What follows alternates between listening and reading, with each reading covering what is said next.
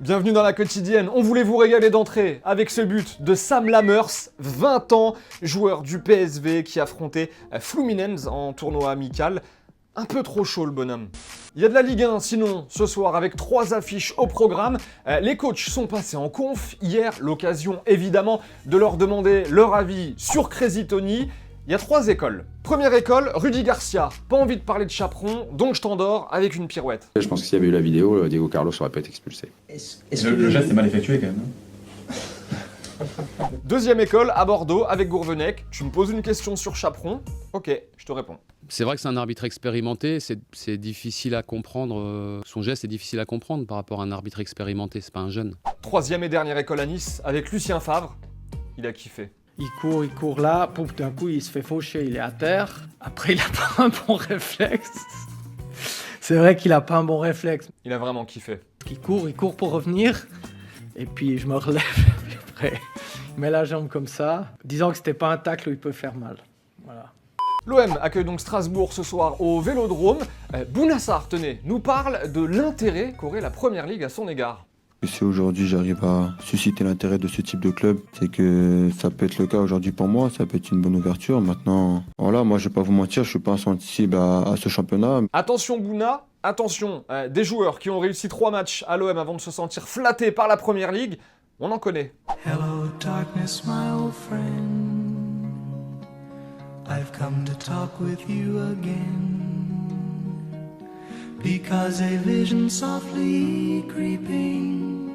Et toujours avant ce match, Thierry Laurey, l'entraîneur de Strasbourg, nous dit ça sur l'OM. Tout le monde s'est moqué d'eux avec leur Champions Project, mais ils sont dans les clous pour l'instant. Ils sont dans les clous. Je trouve que cette équipe-là a une certaine forme d'expérience qui devrait lui permettre de pouvoir éventuellement accrocher la 2e place. Ouais.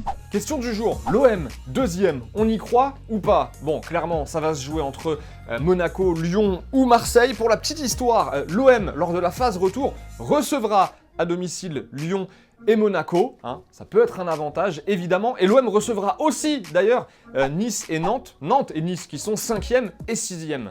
Et puis vous le savez, dans la quotidienne, on sera toujours du côté des opprimés. Et aujourd'hui, on est avec Samuel Essendé, un jeune du centre de formation du Paris Saint-Germain qui a voulu chipper un ballon à Neymar à l'entraînement.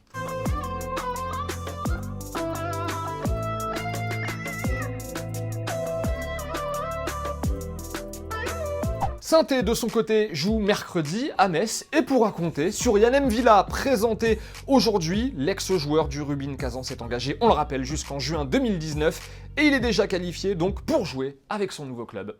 Petite pause dans la quotidienne, on vous a régalé en intro, on va tout de suite remettre les pendules à l'heure, hein. Ça s'agirait pas de s'enflammer.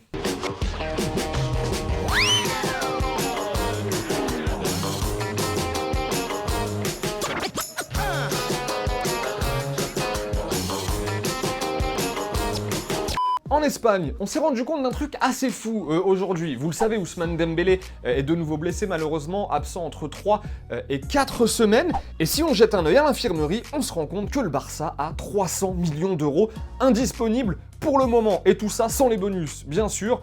Bon, bah ça les empêche pas de se balader hein, en moonwalk sur la Liga. Pas de pression.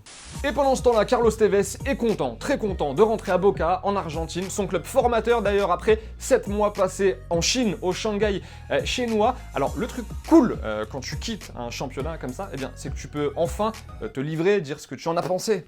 Cuando te veíamos entrar a la cancha, era como que te estabas preguntando qué estoy haciendo acá. Y era la verdad, mi cara lo dice todo. Todo. La cara lo dice todo. Tuve 7 meses de vacaciones. Des vacances à 3,5 millions par mois. Par mois. Et en parlant d'Espagne, hier nous vous demandions si le Real devait laisser filer Ronaldo à la fin de la saison. 2 commentaires sélectionnés, celui de Matt Zizou qui nous dit oui, il faut le laisser partir, il faut tourner la page, encaisser un petit chèque pour racheter du lourd derrière. On pense évidemment à Harry Kane. Elliot, lui, nous dit non, il doit rester Ronaldo au Real, c'est comme Messi au Barça. Pas sûr. Hier, dans la quotidienne, il y avait un ballon dédicacé par les Bleus à gagner. Bravo, bravo à Julien Buard. Bravo, tu vas pouvoir te la raconter, pendant quelques années en plus.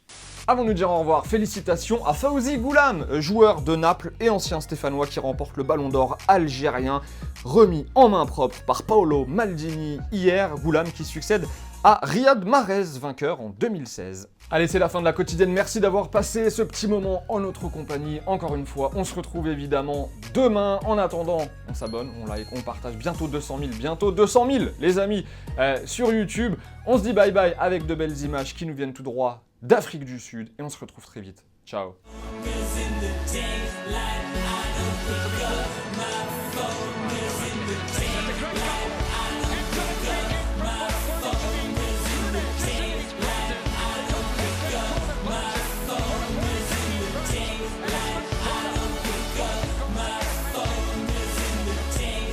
Et au fait, vous voyez le petit logo Téléfoot au milieu de l'écran, eh bien on clique dessus pour s'abonner, rejoignez-nous pour avoir la quotidienne dès sa sortie chaque jour et aussi tous les contenus exclusifs de Téléfoot. A tout de suite.